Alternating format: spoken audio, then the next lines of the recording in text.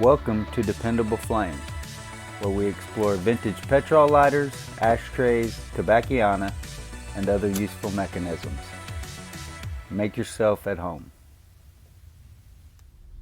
Today we have a couple of vintage Japan-made roller petrol lighters that we are going to attempt to tweak to get them to function a little bit better. This particular Cygnus I've been carrying around for the last week or so. It's actually out of fuel right now, I believe. This other Penguin roller lighter is not out of fuel, but it hasn't really lit any better. Not that either one of them are horrible, it's just not the function that I've come to expect from these particular lighters. So I'm going to go ahead and fuel this up.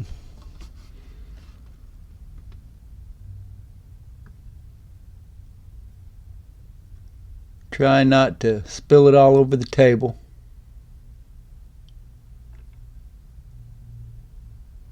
Can already feel it on my finger down underneath the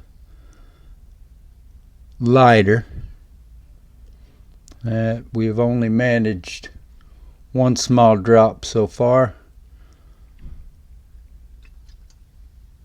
And that looks like that is pretty much saturated. So I'm going to go ahead and shake the rest of this out off camera here.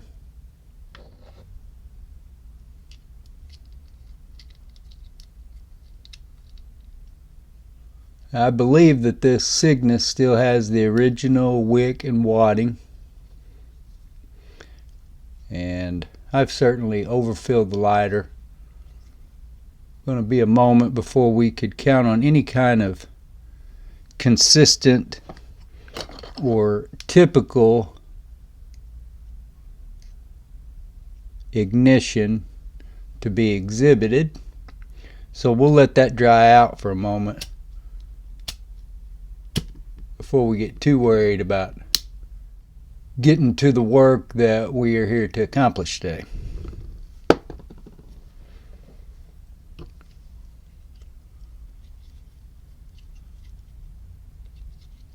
Just to be sure, I'm going to go ahead and top this one off.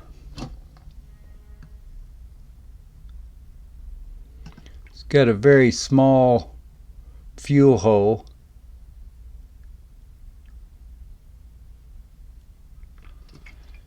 And I can feel a good deal of that now dripping down on the table.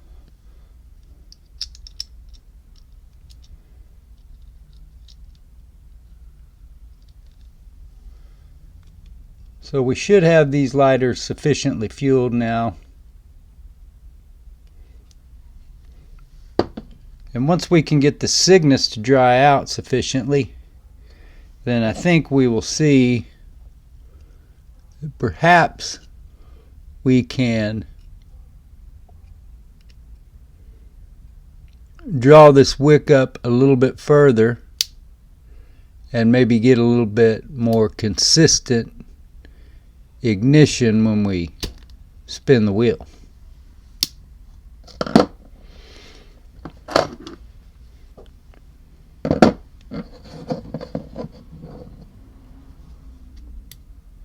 That wick does look a little dirty, and you can always take some lighter fluid and basically wash your wick with lighter fluid to get as much of the filth and charring and carbon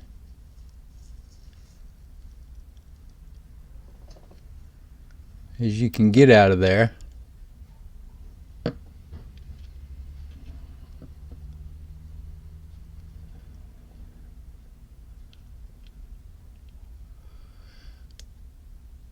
And it's possible that in order to get this lighter to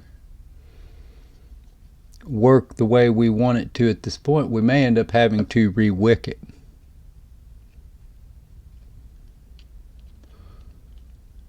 For one, because I'm not going to cut on these wicks anymore. not knowing whether there's asbestos in there or not.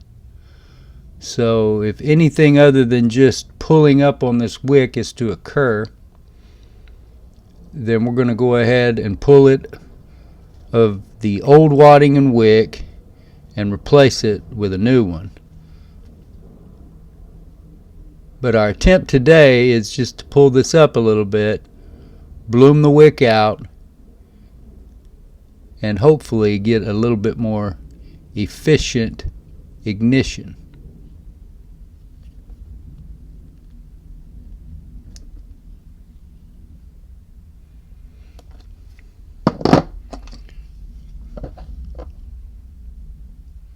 I think we got that pulled up about as far as we want to get it.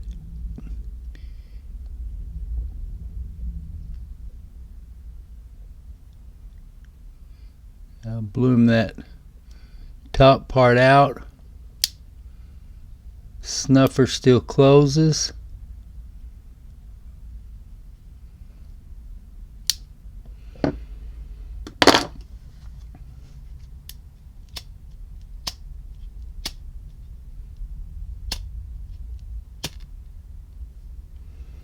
And we've obviously still got way too much fuel on that wick. There's no way that that should be taking that much time to light.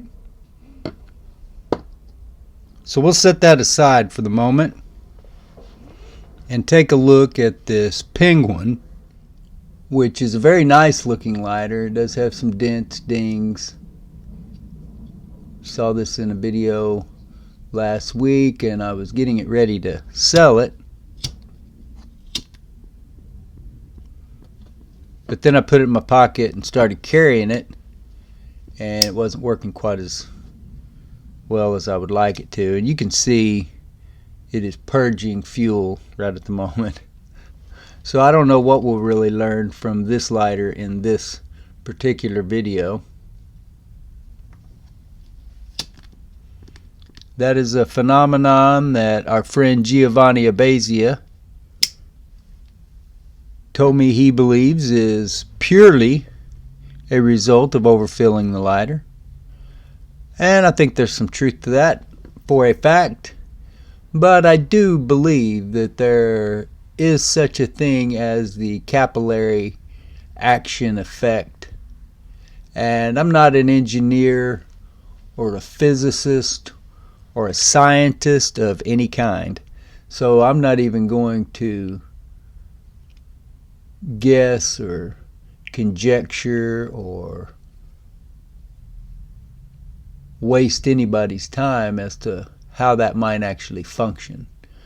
But what I do know is that it does seem as though, and I think the heat is involved in this, that it actually draws fuel up the wick or up the body of the lighter toward where the fuel is needed. Haven't spent a lot of time studying that.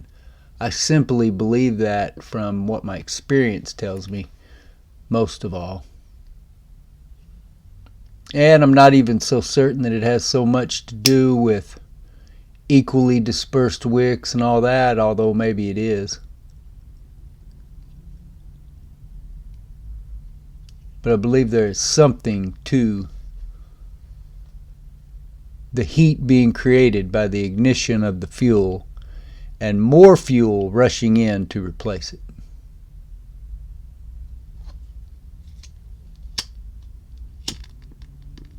So maybe we're getting a little bit further away from our vapor lock issue with the Penguin here. But our main focus on this particular video was to pull up the wick on this Cygnus, bloom it out, which I believe we have accomplished.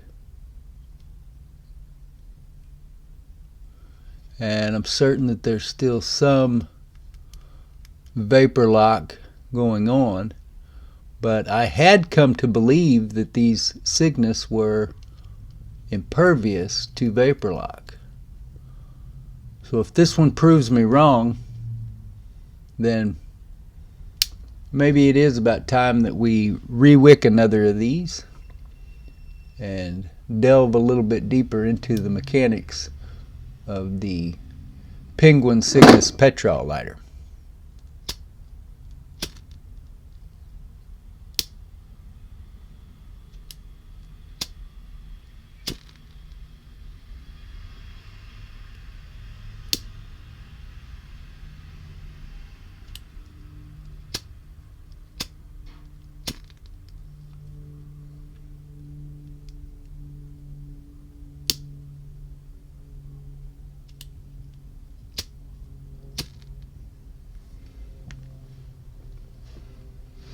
I am kind of curious. It's like I said, I had come to believe that vapor lock wasn't possible with these lighters. And this lighter is obviously, you've just seen me strike it, light it 4 or 5 times, and each time it took multiple rolls of the wheel to get it to ignite.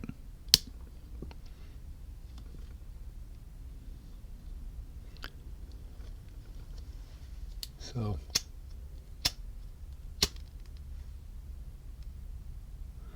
I like a challenge though, so if it's going to prove to me that it is not impervious to vapor lock, or if it is at least going to act like that, maybe it's not vapor lock at all, maybe it's something that has contaminated the wick. Maybe the wick has burned or been used to a point that it is no longer viable for the purpose that we need it.